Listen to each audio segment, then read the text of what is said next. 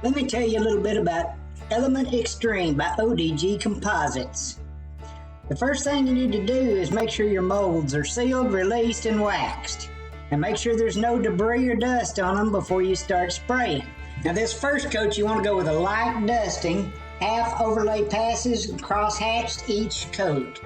The first coat should be opaque and should only take a couple of minutes to tack, maybe a minute or so, to be tacky enough to go with the next coat.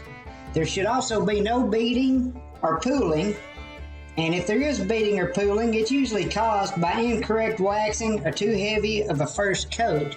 In other words, you done screwed up. But you know what? If you just wait just a little bit longer on the cure time to let it go tack, you'll still be able to fix it because it'll paint right over itself.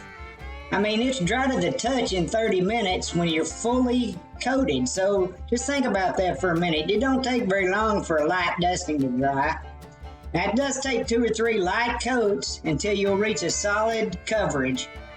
Element Xtreme applies pretty much the same as other ultra-thin coatings. You start with fine coatings and build up to heavier coats. Something you may notice is that blue masking tape around the outside edge, and you want to be sure to put that on there before you start spraying so that you get a nice clean edge for the tacky tape.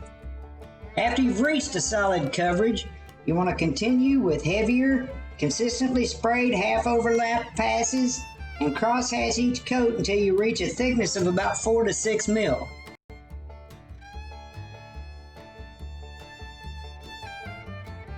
Hey now, don't be spraying that table. Now the final coating should have an orange peel appearance. The rough surface gives the Element Xtreme more surface area to bond to the epoxy. Ooh-wee, look at that shine, even with the orange peel appearance. But on that mold side, it's gonna be slick as a baby's butt.